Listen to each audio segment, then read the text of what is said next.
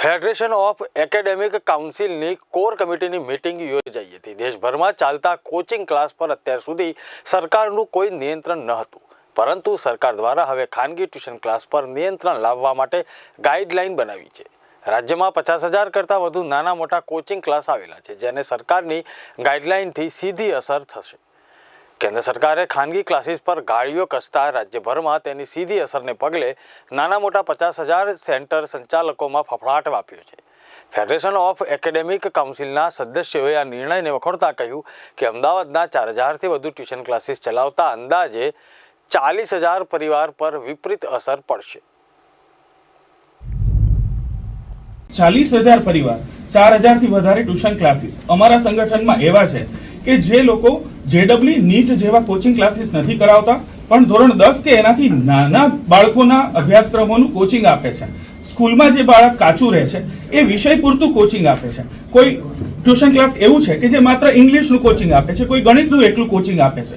તો આ જે ગાઈડલાઈનમાં 16 વર્ષથી નીચેના બાળકોને ટ્યુશન પર પ્રતિબંધ કે સેકન્ડરી અભ્યાસક્રમ સુધીના બાળકોને ટ્યુશન પર પ્રતિબંધ આવી રહ્યો છે, તો એના ભોગે આ તમામ 4,000 ક્લાસીસ એના ઉપર નભતા 40,000 કે એનાથી પણ વધુ પરિવારો બેરોજગાર બનશે અને લગભગ 10 લાખ લોકો આની અંદર રોજગારી એક યા બીજી રીતે મેળવે છે।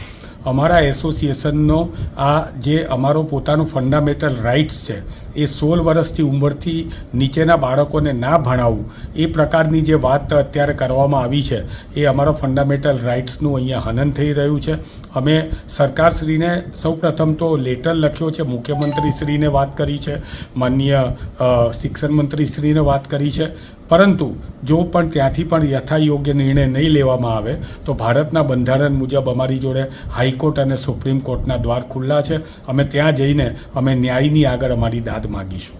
તો અહીંયા 50થી નીચે હોય કે 50 સુધી હોય તો એ લોકો ગ્રેજ્યુએટ ન હોય તો પણ ભણાવી શકે એવું અર્થઘટન થાય, અને એવું અમે ઈચ્છતા નથી કે બાળકો ગ્રેજ્યુએટ સિવાય સરકાર જે ઈચ્છે છે એ જ થવું જોઈએ। એટલે એક પણ બાળકનું પણ રજિસ્ટ્રેશન થવું જોઈએ, એને ભણાવતા હોય એ શિક્ષકનું રજિસ્ટ્રેશન થવું જોઈએ।